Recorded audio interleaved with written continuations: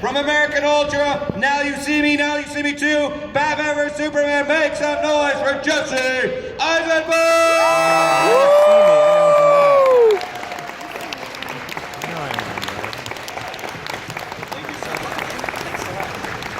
Hi, Philadelphia, or the people here representing Philadelphia. Yeah. How you doing, man? How's Comic-Con been going for you? Oh, it's great. I grew up like 40 minutes north of here, so I feel like, kind of with people I know. Yeah. Well, I know we got a lot of questions, a lot of territory to cover, but I just read that you are going to be playing Marcel Marceau in the upcoming biopic, right? Yeah. That's an interesting role because, of course we know him as a mime, but he has a history as a French resistance fighter as well. So just talk a little bit about the appeal of tackling that character for you. You guys probably know me, and probably know me as somebody who never stops talking. So it's a nice challenge to play somebody with, a few lines. And my mom was a birthday party clown growing up, in this area actually. So I was always interested in clowning and miming and that kind of performance, even though it's not exactly what I do. And then also this guy Marcel Marceau is the most famous mime, and he's a French mime. He saved hundreds of kids in World War II, and just through the most amazing, horrific circumstances. So it was such a wonderful story, but also as a character, it's such an unusual challenge. Yeah, well, it's going to involve so much physicality. Right. What kind of training for you is going into that? I'm wiring my jaw shut and taking some aerobics classes. I don't know. I think the movie's not going to start till probably a year from now. Yeah. So I will start doing that once I'm finished with the movies that are coming up prior to it. Yeah. Because it's hard to I'm playing a painter in a movie now, so I'm doing all these drawing classes, and then you become a real untalented dilettante, when you're acting. You're a good actor, but you do all this other stuff kind of poorly because you just learn magic tricks for a few months, and you have to forget them when you do something else. So I'm learning painting now, and then I'll forget painting, and then I'll learn miming, and then forget them. Yeah. Well, speaking of the project, so you were just in Big Little Lies. You have. I wasn't in that, but I would love to be in that. Oh no, I was in. I'm going to be in a movie with the guy from that. Okay. Yes. Yes. Oh, Mute, and you did a movie called Mute, right? You did The Aftermath. The Hummingbird Project. Yes, that's something. Yes, I think. But yes, I'm in one or two of those wonderful sounding things. Yeah. Then apparently the Google News is way up. Yes. Apparently. But when you're doing so many projects like that and seemingly overlapping, do you have a difficult time sort of switching off this character and turning on that character? Does that become a challenge for you? I find it really interesting. I was doing the Batman movie over the course of a year and a half because it takes so long to film. So there's a fight sequence that I'm not in. So I'm gone for 2 months. So I actually did another movie during that time. But it was wonderful because I would say the most frustrating process of acting is waiting, because you lose the momentum. Acting is this emotional, visceral thing, and it's hard to keep up that emotional experience when you're waiting in a trailer, you know what I mean? Yeah. So it's just boring and inactive. And so I did this other movie at the time, and it kept me fresh. So when I went back to the Batman movie, I didn't feel 2 months had passed. I felt like I was still doing my job. Yeah. So even though the character I was doing in the other movie was so different, it still felt like I was working and active, and my mind was in that mode. How much research is too much research for you? Because there's that point where you have to sort of lock that character in, or at least kind of know what you're going to set with. And you can kind of over prepare at times for something. So for you, what is that right magic amount of research? The best research for me is something that can be actually applicable to the thing. Once you're doing research for its own sake, then you end up becoming beholden to accuracy, oftentimes at the risk of something that's dramatically interesting. By way of example, I was doing the movie playing Mark Zuckerberg in The Social Network, and I had read that he did fencing in high school, so I thought, maybe I should take some fencing classes just out of curiosity, and I saw it makes you stand up really straight when you're fencing, and so I thought, maybe that's why in some videos I'd seen him, he stands up really straight, and that's strange in a way that to me is strange because I have bad posture. So I started standing that way in the movie, and it gave me this like different attitude. When you stand up straight, you have a different attitude. So that was really like helpful research. I think knowing that somebody, you know, spoke Latin in 6th grade or something, if it has nothing to do with the story, can be distracting because you might be wanting to include something in a character where it's inappropriate. Yeah. But you know, when you tackle a character like Lex Luthor, who has something like 70 years worth of comic book history, and then Mark Zuckerberg, who is somebody that actually exists, right. Which is sort of the greater challenge because each comes with its own baggage and pressure.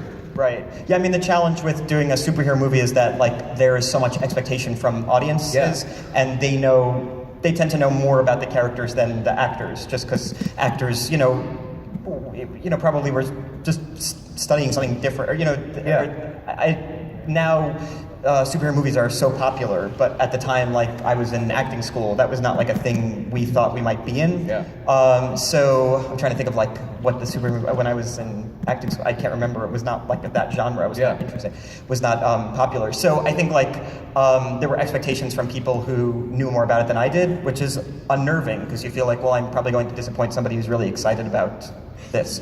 And so that's the thing. So I read a ton of comics.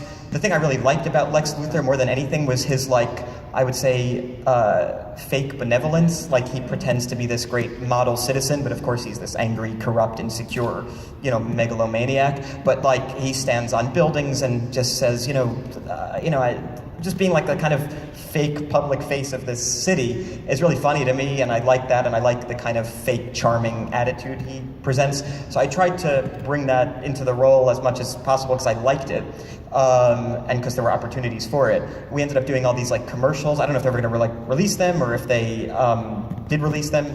Like commercials for Metropolis where Lex is kind of like rebuilding the city, with a shovel in hand.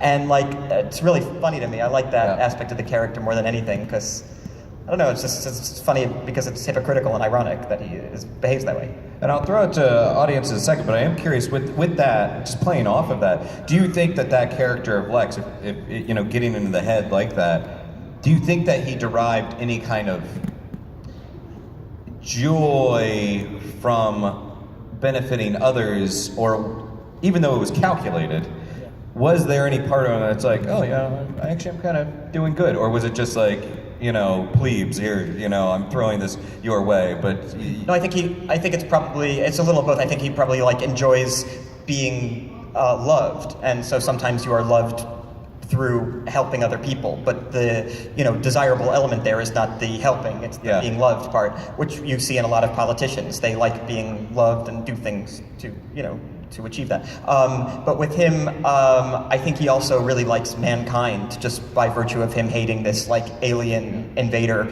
And so I think like just because he hates Superman so much, he ends up liking humankind by contrast that much more. So in a way, sees himself as like an ambassador for the human race. Yeah, it's really intriguing. Yeah.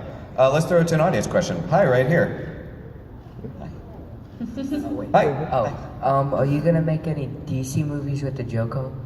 Oh, I hope so. Yeah, he was wondering, will I be in DC movies with the Joker? Yeah, I hope so, because like being a villain is fun, but if you have no like villain friends, it can be lonely. So, and I wasn't in the Suicide Squad, which is like the ultimate villain friend movie. So no, but I would love to.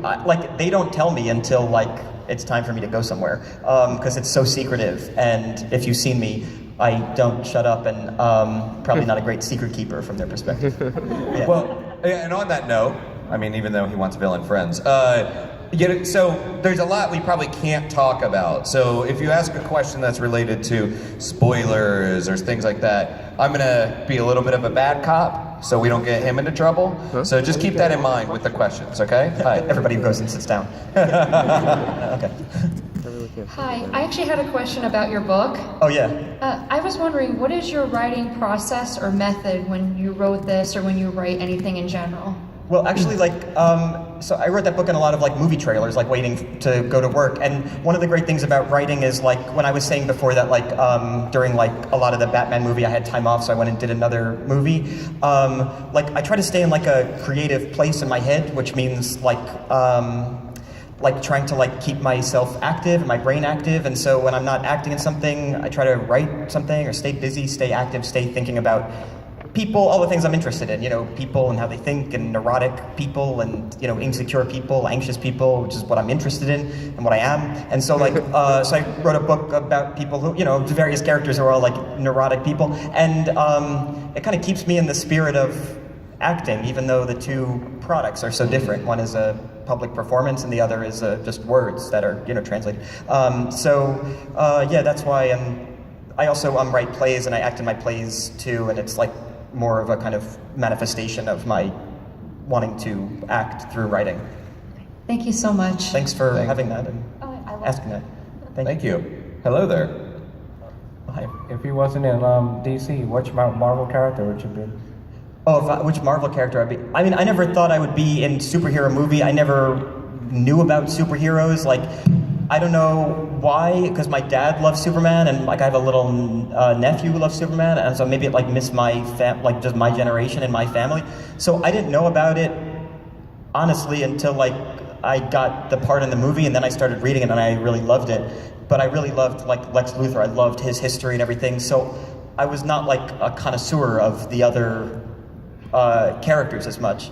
I really came into it as an actor, thinking about it as a part, and that's how I fell in love with it. So I probably, that's a disappointing answer because I just don't have a good one. But you can come up with an answer for me. Tell your friends that's what I said, and picture me in that outfit, and that would be totally fine. Yeah. There you go. Go Cleveland. Go Cleveland. Thank you. Thank you. Well, being in these movies, even though you're not coming at it from a fan perspective, like you said, your nephew being a big fan of Superman, that allows you to connect with family members about this special thing. Yes. But then when it's and by the way, I'm a bad guy. Yeah, I know. No. So I have a 4-year-old nephew who's knows way more about what acting and roles are now, because my cousin, his father had to show basically tell him very explicitly he is an actor playing a thing. So I have a 4-year-old who probably knows there's no Santa Claus, knows that Superman's not real. All the fun things of childhood are punctured because he had to learn that his Uncle Jesse is not a bad person. Yeah. Although now you've punctured that for everybody out here. Yeah. If they didn't know that. The twofer of no Superman and no Santa Claus. Yeah. Sorry, guys. Yes, exactly. Hi there. Hey, man. Hey. So a few years ago, you were in this movie that I really like called The Double. Oh, yeah. From Richard Ayoade, and it was one of my favorite movies that came out that year. And this is probably really dumb question that you've gotten before, and I know it's pretty common for actors to play two of themselves in a movie, but for you personally, what was that like playing two versions of this other character, right? Oh yeah, no, thanks for saying that, and thanks for watching that. Yeah, it was a movie where I play he's it's this kind of sad, anxious guy, and then he meets his doppelganger, who I also play, who's this very confident, arrogant, bad guy. And so I would do one scene as one, and then you'd wear a little earpiece where you'd hear the dialogue recorded from that first go round, and you'd stand in the other place and do the scene, oftentimes just next to nothing. And so it was a surreal experience technically, but as an actor was very easy because again, you're staying in the moment of being an actor. So most movies, 99.999% of other scenes, you'd be doing a scene with another human, and that person, they put the camera on that person first, and you're not nervous because the camera's not on you. You're recording that person's side of the dialogue.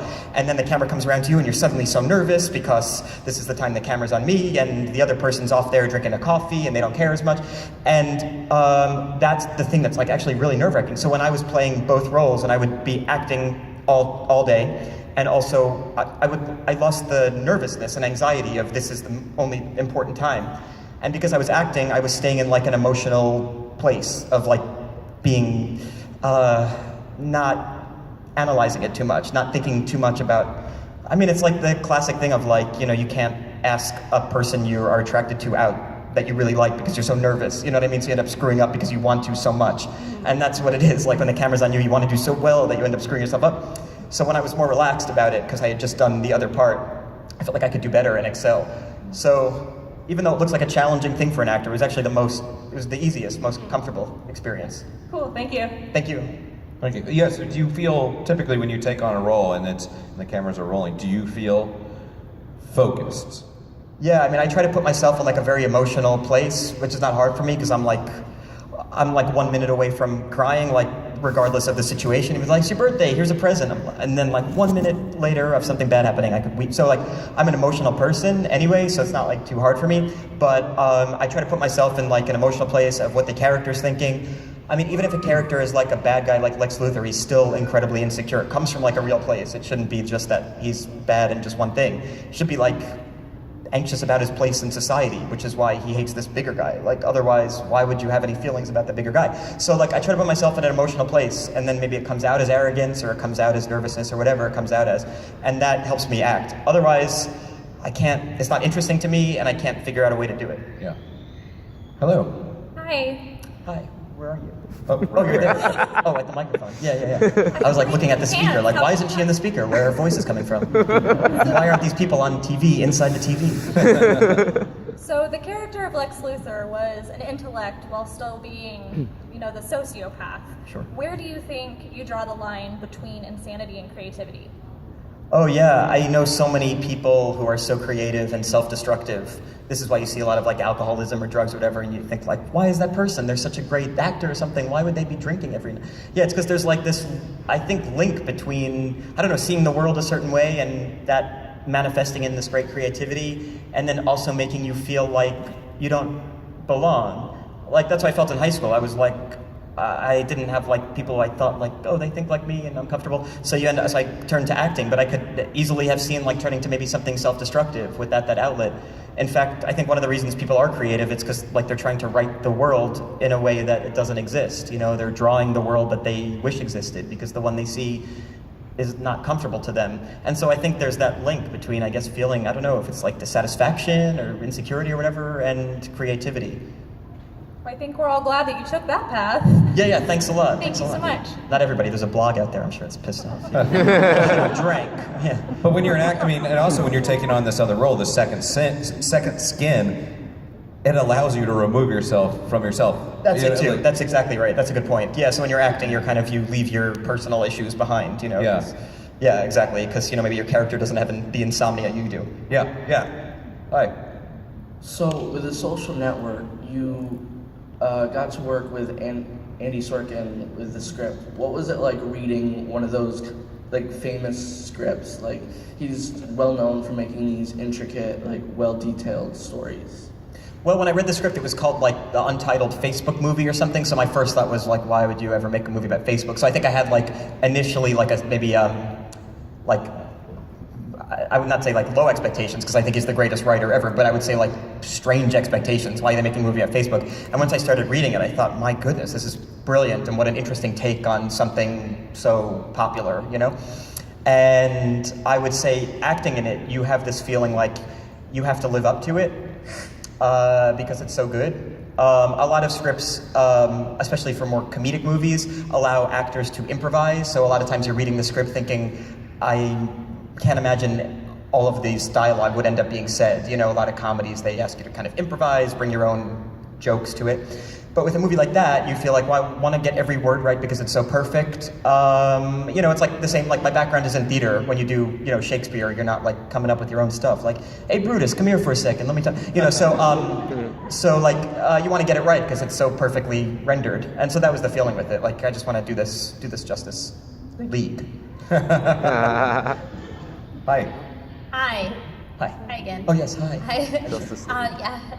So the question that I had for you was that I think you've said in prior interviews that BVS was sort of like Lex's origin. So to me, that intimated that there's still more growth for him to come. I'm not asking for spoilers. I understand what you're saying. Yeah. But like the way that he was is like sort of like manic and like really like out there. Like, how would you see him like sort of progressing like emotionally? Like, do you think he would become more so manic and like sort of devolve, or do you think he would like sort of fold into himself and become like more reticent after what he's seen? Yeah, I think that's great. Yeah, that's exactly right. I think he would become like probably a little more like comfortable in his own skin, especially like. I mean, after what he did in BBS, like he probably feels really, good about himself. Yes, probably. He probably has like a nice plaque on the wall of like, great job with Superman. Like wakes up, looks at it. Yeah. But yeah, exactly. I mean, I think I'm just using my imagination now, not like having used like the without like background knowledge of it, my sense is that like, you know, somebody who kind of accomplishes their goal probably feels a little more at ease, or they find a new goal to make them anxious. So I don't know, I guess it'll depend on what the writers want to do with it. Like, I don't know like the evolution in the comics too much to know like... Yeah, I mean, it's just like yours is like so interesting because it sort of like marries like all these different elements of it, so I was just interested in your specific take. Oh yeah, then my take would be that, yeah, I guess he gets comfortable in his own skin, but my feeling also is that makes probably a less interesting character. Somebody who's like really kind of at ease is not really good in a drama, because it's like, what are they're gonna just So sit there will and probably drink. be some other issue that gets him all in a... Yes, I hope so. Yeah, I mean, the nature of drama is that a character wants something and can't get the thing. So, like, Yeah, of course. I hope that he doesn't just, like, enjoy chocolate milk comfortably for a long time. Also, I probably wouldn't have such a big part if he was just drinking chocolate milk all day. Yeah, exactly. Unless that was, like, the new thing. Like, I don't know, the kids are loving... Almost like a French expressionist superhero movie. Yes, exactly. Just drinking chocolate milk. Actually, you know, that kind of brings up an interesting point, because as part of the preparation for a character, for you, is it thinking about what happens next after we cut to credits? Like, is that part of the preparation? Where would this character go next? I often think that could be like dangerous in the sense that like if you're playing a role, like you're trying to kind of get into the mindset of somebody, and usually the way we all are is like we have plans and then something else comes along and changes your plans, or you achieve those plans but in a different way or something. So so I think like to think about playing a character that actually has some kind of like future, whether it be in like a sequel or if you're on a series or something, like it's kind of almost dangerous to think that way, because you don't, you know, wouldn't be portrayed accurately. You know, an accurate portrayal of a person is somebody who has no idea if a bus is going to hit them in a minute, which is of course on my mind 24 hours a day. So I live in a bus depot, so it's specific to me. But that's like, yeah, so it would be kind of like not fair to the character to project. Yeah, because nobody can do that in real life. Nobody can really figure that out. Miss Cleo. Yeah. Wow, that's a deep dive, Miss Cleo. I'm telling you, all of my references, that's why I'm like really confused downstairs a little bit, is because like my references are like 1992, 1993, and then nothing. Well, I'm right there with you. I like moved into a cave or something. I don't know what happened to me. I do love Miss Season Cleo. 2 was Saved by the Bell, and then I just stopped watching television. Yeah. She was still studying for the SATs in my book. Hi there. Hi. Sorry. Allergies. I'm an inspiring actor. Oh yeah. Who deals with social anxiety and is extremely awkward. So Perfect. I was wondering, like, what are your advice for like doing interviews? Because I'm terrible at it. I have like really bad diarrhea in the mouth, and I have to stop myself right now. Wait, you mean like auditions and stuff? No, like, Or like interviews like this? yeah, Oh. because I'm terrible at them. Oh, I see what you're saying. I don't know. I mean, I've been acting for like maybe like 14 years. Yeah, I was in a movie when I was like 19. Yeah, 14 years. I'm 33. So I've been doing it for a long time. When I first started, I was incredibly panicked, and in fact, still, if I have to do like a talk show or whatever, I'm just very nervous. It's a nerve-wracking thing. I guess the main difference between maybe you and me is that I stopped thinking of it as like a bad thing. I just started thinking like, okay, I'm just nervous at this, and it's okay to be nervous at it or nervous about it, because that's like a pretty sane reaction to talking in front of a lot of people. In fact, somebody who's like very confident and like looking forward to it is a little weird to me. Like, it's, you might say something bad, you should be nervous. You know what I mean? Yeah. So I wouldn't think of yourself as like in a disadvantage in a way. Like, you're probably a really smart, thoughtful person, and that makes you nervous. Thank you. And there's nothing natural about this. You know, like, This is weird. Yeah, it's like, and when you're on a talk show and it's like, all right, now you need your little anecdote to tell, you know. Dog, yeah. Yeah, it's like, it's just so. It's like you're supposed to have, prepackaged. yeah, like throughout all of civilization, no one had like a conversation with another person where there's like tons of people watching and could hear, because this didn't exist. Yeah, and then you throw it to the next person at the mic. Yeah, Exactly. Which we're gonna do now. Transition, yes. I'm just wondering what opinions did you develop personally about Mark Zuckerberg and all the controversies around the founding of Facebook, and what you thought about that whole part? Well, I was in a weird position because the movie was like occasionally critical of him, like some of the other characters said he stole their idea and all that stuff. But as an actor, your job is to like defend that person to the death, you know, because you're playing that character. So I had this weird position of like loving this guy to the point where like I consider myself him, you know, not in a kind of crazed way, but like in a way like I could defend everything this guy is doing in this movie. So even though other characters are saying what he's doing is unfair or illegal in some cases, my thought was, no, they're entirely wrong. They, in the case of that story, no, they would never have created the thing I could. So actually, I more than anybody have to defend him, and in a way, that's how I feel about even a character like Lex Luthor, who's an iconic bad person and a fake bad. He's not even a real person that could defend themselves. And so I had to think everything this guy's doing is totally righteous. It makes sense, and in its own way, ethical.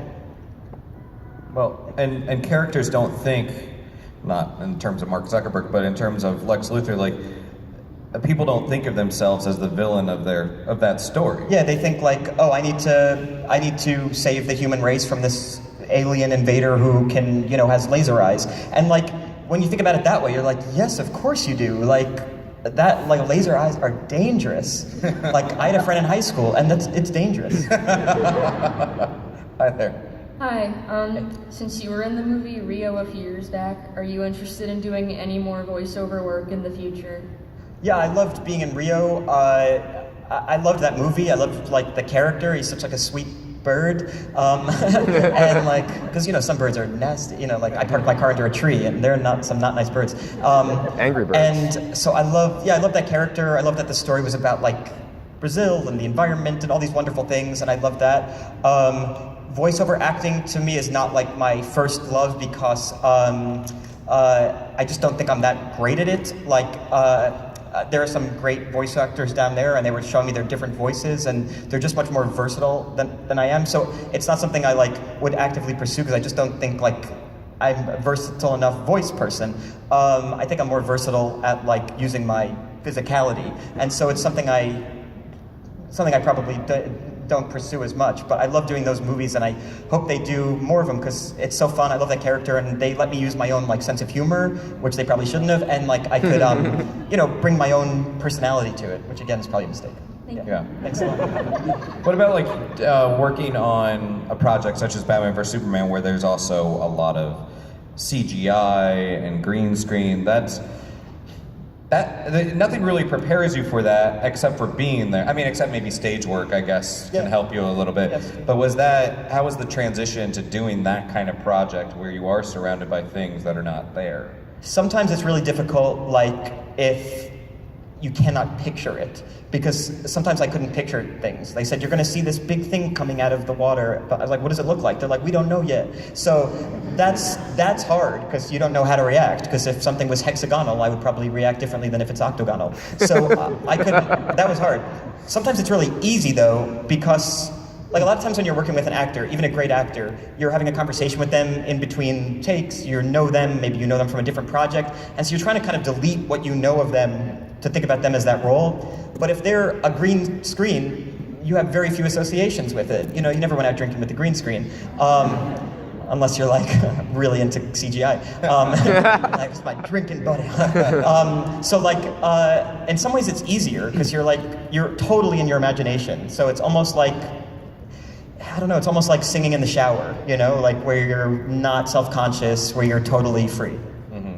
But typically with clothes on. No, I shower clothed. Oh, okay. Yeah. I'm just embarrassed about my everything. Yeah. So. Hi there. Hi again. Hi. Sorry.